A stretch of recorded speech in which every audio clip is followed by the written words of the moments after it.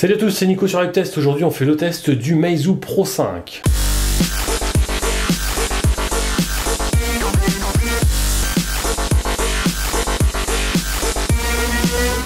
Alors sur ce Meizu Pro 5, on se retrouve sur une version Android 5.1 Lollipop sous FlymeOS. On a un écran 5,7 pouces en Full HD 1080p. On a 386 ppp de résolution, on a un Gorilla Glass 3. On a 3 Go de mémoire vive, 32 Go sur ce modèle. On a un appareil photo de 21,16 millions de pixels de chez Sony, 5 millions de pixels pour les selfies. Attention à la 4G selon votre opérateur. Une double nano SIM ou alors extension de mémoire via micro SD. Et on a une grosse batterie de 3050 mAh. On est en USB Type C. Au niveau des dimensions, on est sur 156,7 par 78 par 7,5 mm pour un poids de 168 grammes. Et on peut avoir le téléphone aux alentours de 549-599 €. Alors, ce Meizu Pro 5, esthétiquement on l'avait vu dans l'unboxing, donc on va pas trop revenir dessus. Beau téléphone, belle finition, bonne prise en main. Franchement, on voit qu'on est sur du haut de gamme chez Meizu. Le téléphone ne rame pas, il est plutôt assez rapide.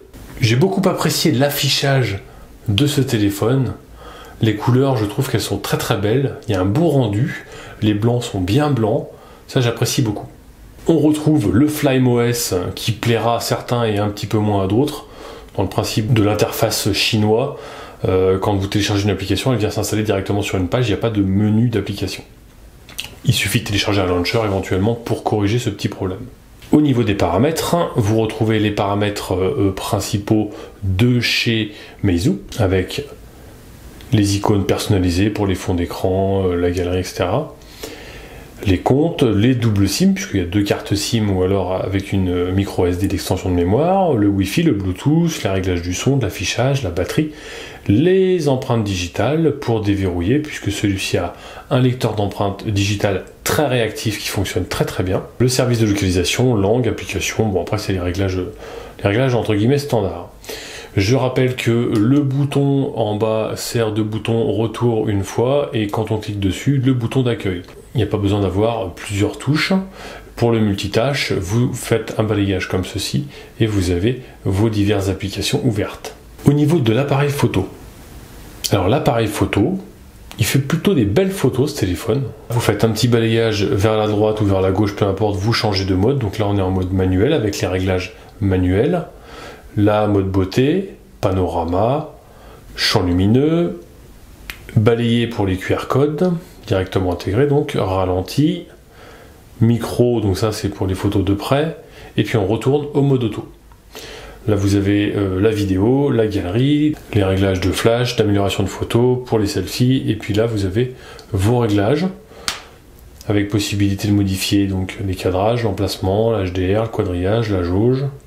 La taille de photo, alors on ne sait pas combien il y a de millions de pixels, cela dit, on peut modifier quand même.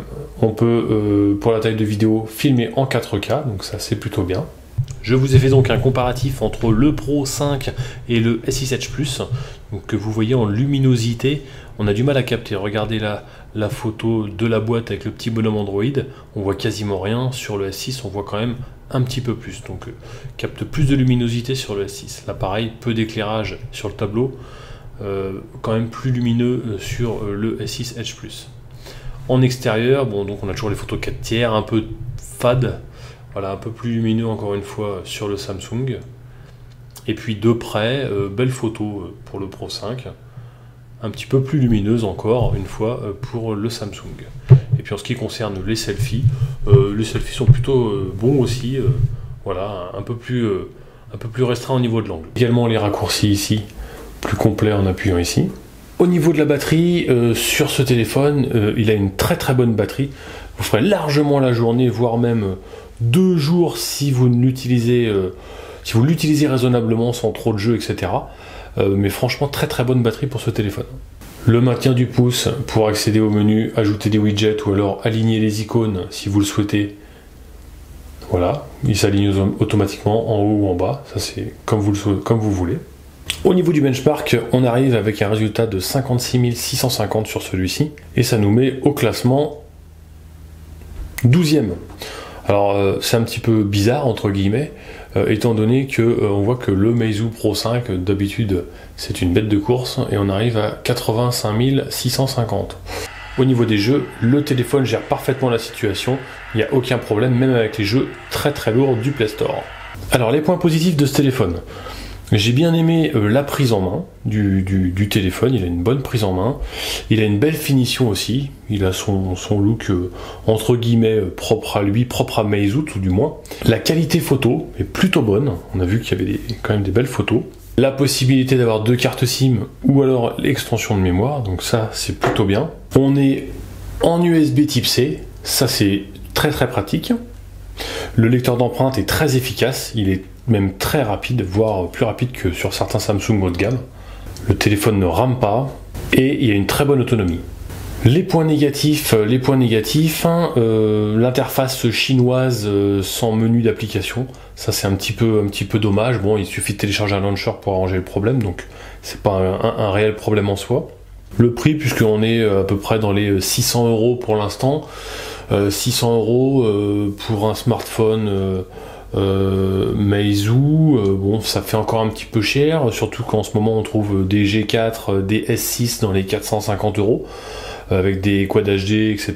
Là on est qu'en Full HD seulement, donc pour moi le prix là il est encore un petit peu élevé, je pense qu'il vaut mieux attendre que ça baisse un petit peu. Le format des photos également en 4 tiers uniquement et pas en 16/9, donc ça c'est vraiment dommage.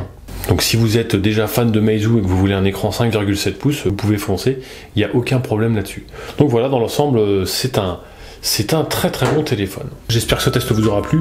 N'hésitez pas à nous rejoindre sur les réseaux sociaux, à liker la vidéo, à la partager, et puis on se retrouve prochainement pour un futur test ou unboxing. Allez, à bientôt, ciao.